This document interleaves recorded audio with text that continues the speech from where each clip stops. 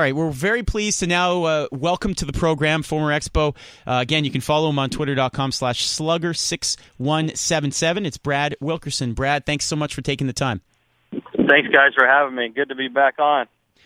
Now, obviously, it's been a few years since I'm sure you've been here in Montreal. Have you been following the storylines the last few years, and how does that been making you feel?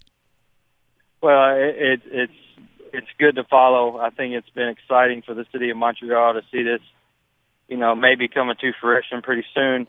Very excited for the city of Montreal. I know when I exited in 2004, it was I said this, it's a major league city, and they deserve a major league baseball team. And hopefully it'll work out for the city because it is, like I said, a great baseball city and a great place to play. Brad, you had your best years here in Montreal. What was it about the city that made you thrive? Well, I think just, the friendships. I was young. I gained a lot of friendships there in the city and a lot of relationships that I still have throughout the city of Montreal that I keep contact with. And, it was just one of those things. I mean, I was young. I didn't really pay attention to all the bad stuff they were saying about the Expos and are we moving, are we doing this. I just went out and played baseball, and I really am thankful that I got to spend those 5 years in Montreal. The 03 season obviously was the best year for the fans' perspective anyway. It seemed like a lot of the fans were coming back after so many things that had happened to the fan base, and you guys had such a great summer that year, and it kind of fell apart a little bit in September without a little bit of backup from some of the call-ups. But how exciting was it as the fans were coming back to the ballpark and you guys were right there in that playoff chase? It was amazing. I mean, we had a ball club that went out there every day and played hard, and we didn't make excuses whether we're going to Puerto Rico or not.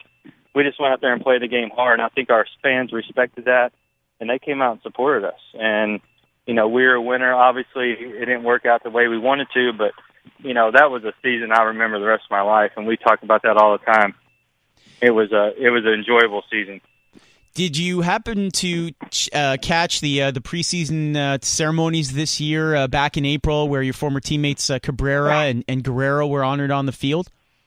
I was following them on Twitter. I was seeing the updates, and it was, I talked to Orlando probably about a couple months before that happened, and just exciting to hear an ex-player that you played with and hear his voice. I know he was excited about going back to Montreal, and I heard it was a unbelievable experience. I heard it was unbelievable last year, and I'm just happy for the city of Montreal to be able to see baseball again. What was some of your personal favorites or highlights of playing here? I just think just bringing the fans back into it, in that 03 season. We had, in my opinion, the best player I played with personally was Vladimir Guerrero, and get to play beside him and bring those fans back to the stadium and excitement, and how people don't understand unless you're there how loud it can get in the Big O. I mean, it was very loud. Even if we only had 20,000 people at the game, it was very loud, and those seats those metal seats get booming and echoing, and it was exciting.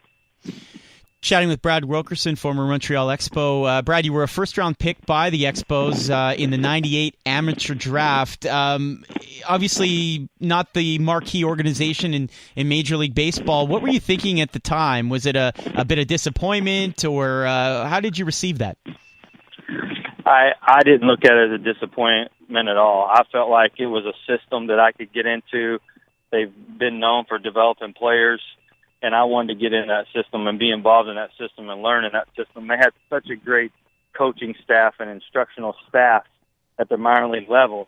I was excited. I knew if I did what I was supposed to do, I'd move through the system quick and I'd get the big leagues quick. And, that's the way I approached it. And I think that's what I got rewarded with. I moved pretty quick through the system, and I did what I was supposed to do. I didn't look at it as a negative at all.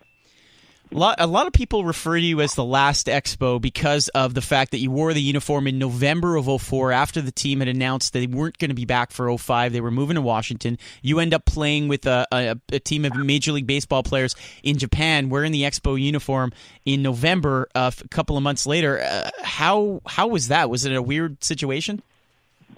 It was kind of weird. I mean, I feel honored and privileged to be able to say I was the to this point, I was the last person to wear that Expos uniform, and I was happy, so happy to represent such a great city and that, actually a baseball tradition. I mean, not winning World Series per se, but the great players that have come through the system and played in Montreal, and Jackie Robinson played in Montreal, and all these different people. I felt honored to be a part of that and just be mentioned with those names.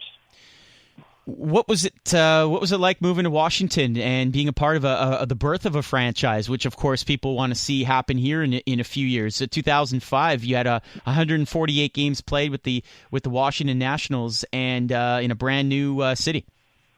Well, I think everybody was excited. Just not so much to leave the city of Montreal, just to go to the city of Washington and excitement, being a new franchise, just people being excited about bringing players there. It was a great year to be a part of a team like that and be the inaugural season of Washington and Frank Robinson being our manager and all those great things that happened.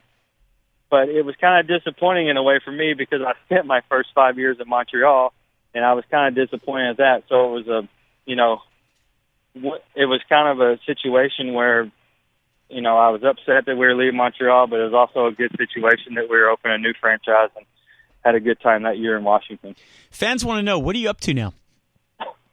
Well, I'm down here in Florida. I basically live where, when I signed with Montreal, training down in Palm Beach, Florida, I basically have stayed down here since 1998 when I got drafted, and now I'm starting to get back into a little coaching and, looking forward to getting back in the game. I've been raising some kids for the last 4 or 5 years after retirement, but right now I'm trying to get back in the game. I've been coaching a little high school team down here and a couple of travel ball summer teams, so I'm going to get back into coaching pretty seriously soon. All right. Any Expo merchandise for the kids?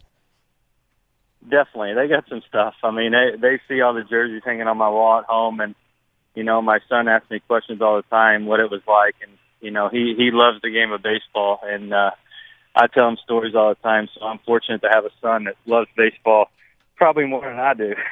All right. Now, the last question I have for you is people have been asking because there's always events and things that are happening here in the city and in the region. I'm getting requests because of my affiliation with our nonprofit fan group, Expos Nation, requests from Ottawa, where, of course, he played for the Lynx as well. Where's Brad Wilkerson? How can we get in touch with him? Can we bring him up for an event? Are you interested? Are you excited? Are you curious about what the opportunities are maybe to come back for a day or two in Montreal if asked? I think that would be unbelievable for me to come back. I've always wanted to come back. I think, my schedule's been pretty busy with me coaching in the spring and, the timing of the Montreal thing this year and last year, it just didn't work out timing-wise, but I'm definitely looking forward to that day where I can come back and spend some time in the city of Montreal and bring back some memories to those fans that really supported us and brought us to and helped us get through a long season. So I'm really looking forward to that day when that can happen. And maybe coaching first or third base in a downtown stadium in a few years, outdoors?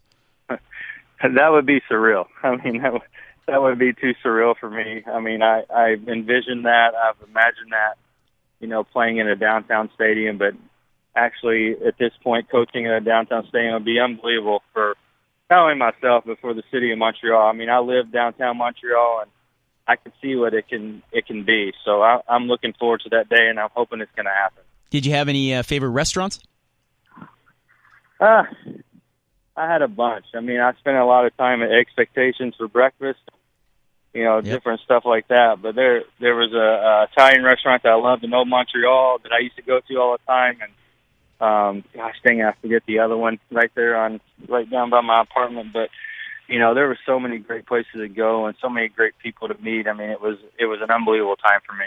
Well, we really appreciate you taking the time today. And again, if people want to follow Brad on Twitter, he's ramping up his usage there. Slugger6177. Brad, thanks so much for the time today. Really appreciate it. All right, I appreciate it. Thanks for having me.